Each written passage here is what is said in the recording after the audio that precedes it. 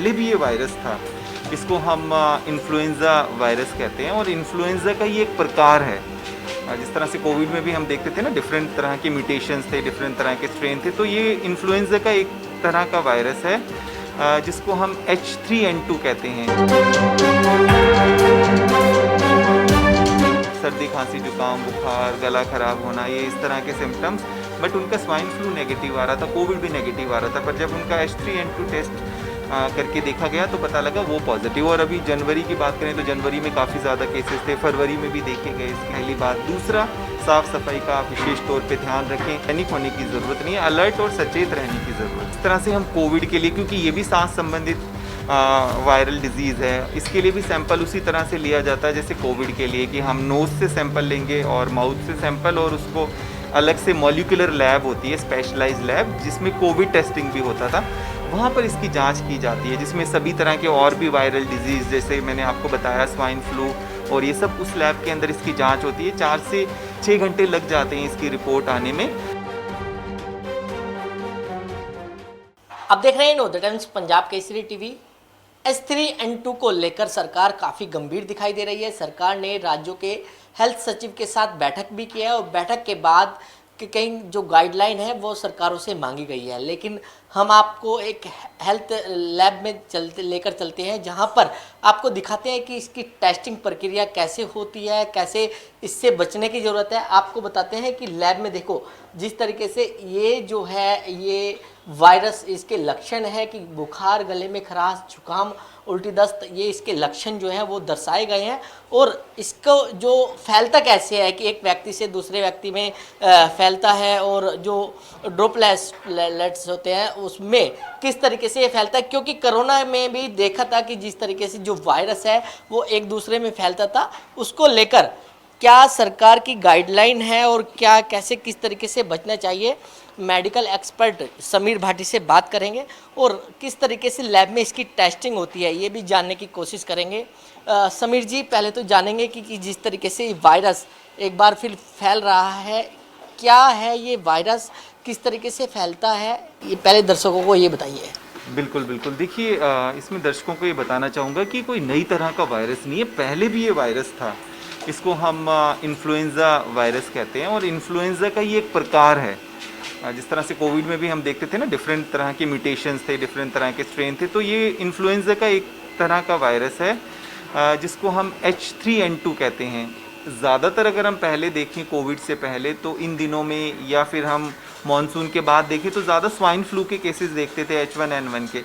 पर अभी इस बार जब हमने देखा कि लोगों को उसी तरह के लक्षण स्वाइन फ्लू के जैसे ही, सर्दी, खांसी, जुकाम, बुखार, गला खराब होना, ये इस तरह के सिम्टम्स, बट उनका स्वाइन फ्लू नेगेटिव आ रहा था, कोविड भी नेगेटिव आ रहा था, पर जब उनका H3N2 टेस्ट करके देखा गया तो पता लगा वो पॉजिटिव। और अभी जनवरी की बात करें तो जनवरी में काफ़ी ज़्यादा केसेस थे, फरवरी में भी देखे गए इसके केसेस। तो फिलहाल H3N2 है, बट नया वायरस नहीं है। हाँ, लोगों को ये इस बार परेशान ज़्यादा कर रहा है, क्योंकि अभी लोगों की थोड़ी सी इम्यूनिटी कम है, और ख़ास तौर पे उन लोगों को जो ज़्यादा बुज़ुर्ग हैं, जिनकी इम्यूनिटी पहले से डाउन है, जिनको पहले से कोई हृदय संबंधित प्रॉब्लम है, जिनकी डायबिटीज़ कंट्रोल नहीं है, कैंसर का ट्रीटमेंट चल रहा है, छोटे बच्चे जिनकी उम्र 5 साल से कम है, उन लोगों के अंदर थोड़ी प्रॉब्लम ज़्यादा है। सरकार चिंतित हो गई है क्योंकि 3 मौतें जो हैं वो इस वायरस से हो गई हैं, पहले हरियाणा और आज गुजरात में।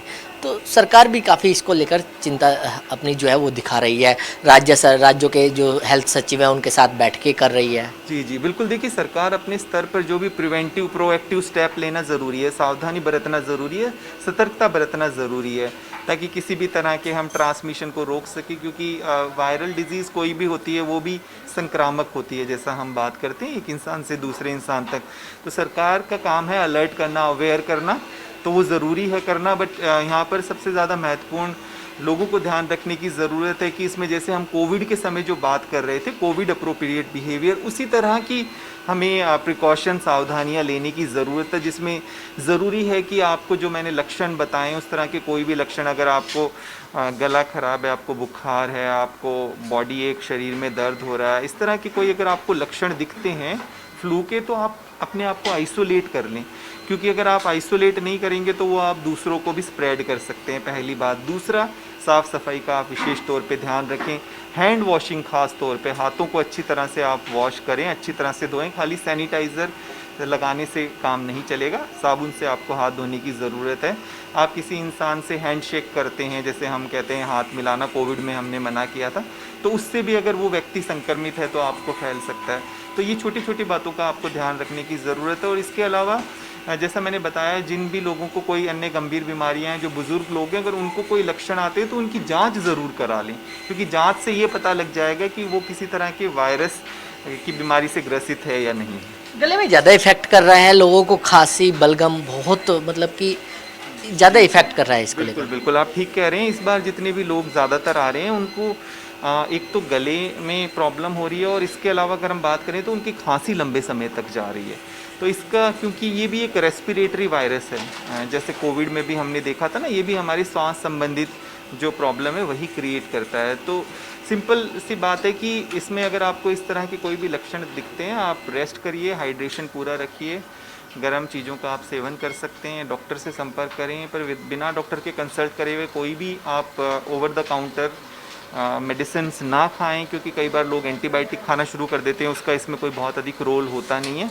तो इन सब चीज़ों का ध्यान रखने की ज़रूरत है, घबराने या पैनिक होने की ज़रूरत नहीं है, अलर्ट और सचेत रहने की ज़रूरत है। क्या जिस तरीके से खांसी हो रही है लंग्स पे कहीं ना कहीं इफेक्ट डालता है?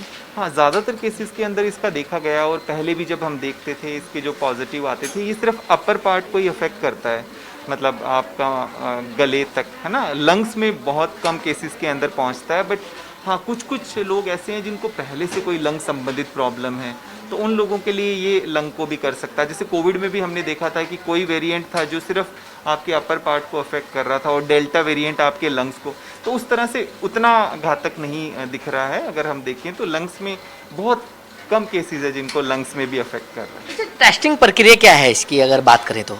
टेस्टिंग प्रक्रिया उसकी सेम है जिस तरह से हम कोविड के लिए, क्योंकि ये भी सांस संबंधित वायरल डिजीज़ है, इसके लिए भी सैंपल उसी तरह से लिया जाता है जैसे कोविड के लिए, कि हम नोज़ से सैंपल लेंगे और माउथ से सैंपल, और उसको अलग से मॉलिक्यूलर लैब होती है, स्पेशलाइज्ड लैब, जिसमें कोविड टेस्टिंग भी होता था, वहाँ पर इसकी जांच की जाती है, जिसमें सभी तरह के और भी वायरल डिजीज़, जैसे मैंने आपको बताया स्वाइन फ्लू, और ये सब उस लैब के अंदर इसकी जांच होती है। 4 से 6 घंटे लग जाते हैं इसकी रिपोर्ट आने में, और इस रिपोर्ट में सभी तरह के वायरस बता देते हैं कि कौन से वायरस से पेशेंट ग्रसित है, जिसके अंदर इन्फ्लुएंजा ए हम कहते हैं। फिर उसके बाद इन्फ्लुएंजा ए के 2 टाइप होते हैं, एक स्वाइन फ्लू और एक H3N2 जिसकी हम बात कर रहे हैं, और एक इन्फ्लुएंजा बी। इस तरह के सभी वायरस की रिपोर्ट हम उसमें देते हैं। क्या टेस्ट हो रहे हैं तो नेगेटिव भी आ रहे हैं कुछ? हाँ, नेगेटिव भी आ रहे हैं, और नए, या जैसे मैंने बताया कि H3N2 के अलावा भी इन्फ्लुएंजा बी भी पॉजिटिव आ रहा है, वो भी एक दूसरी तरह का वायरस है। तो इन्फ्लुएंजा ए अगर हम बात करें H3N2 है, बट बी भी पॉजिटिव आ रहा है। तो अभी हम बात करें तो काफ़ी तरह के वायरस सर्कुलेट हो रहे हैं, बट महत्वपूर्ण ये है कि हम अपना ध्यान रखें, अपनी इम्यूनिटी का ध्यान रखें, क्योंकि ज़्यादातर ये कोई भी वायरस है, ये उन्हीं लोगों को ज़्यादा अफेक्ट करता है जिनकी इम्यूनिटी डाउन होती है। तो इम्पॉर्टेंट ये है कि हम सभी तरह की सावधानियाँ बरतें, और अपनी इम्यूनिटी को बढ़ाने के लिए सही तरह के खान पान का ध्यान रखें, उचित व्यायाम करें, पर्याप्त मात्रा में पानी पिएं, रेस्ट करें, रेगुलर गर्म पानी से आप गार्गल्स कीजिए गले को, आपको आराम मिलेगा। लेकिन समीर जी, जब कोई वायरस आता है तो कहीं ना कहीं लोगों की चिंता बढ़ जाती है, तो लोग इससे कैसे बचें, कैसे इससे सावधानियां बरतें? बिल्कुल बिल्कुल, देखिए इसमें एक चीज़ मैं बताना चाहूँगा कि सावधानियों के तौर पे अगर बात करें, क्योंकि संक्रामक डिजीज़ है, एक इंसान से दूसरे इंसान तक फैलती है, तो जितना साफ़ सफाई का आप ध्यान रखेंगे तो आप इस डिज़ीज़ से काफ़ी हद तक बच सकते हैं। और आपको अगर लक्षण आते हैं उस समय मास्क आप ज़रूर पहनिए, बुज़ुर्गों का ध्यान रखिए, ये सब छोटी छोटी सावधानियाँ आप बरतेंगे तो काफ़ी हद तक आप इस बीमारी से बाहर निकल सकते हैं, और लक्षण आते ही अपने डॉक्टर से बात करके अपने आप को आइसोलेट कर लें। तो बिल्कुल, अगर किसी को इस जो लक्षण हैं इसके वो दिखाई देते हैं तो कहीं ना कहीं अपने डॉक्टर से संपर्क करें। दिल्ली से कमल कुमार कंसल, नवोदय टाइम्स, पंजाब केसरी टीवी।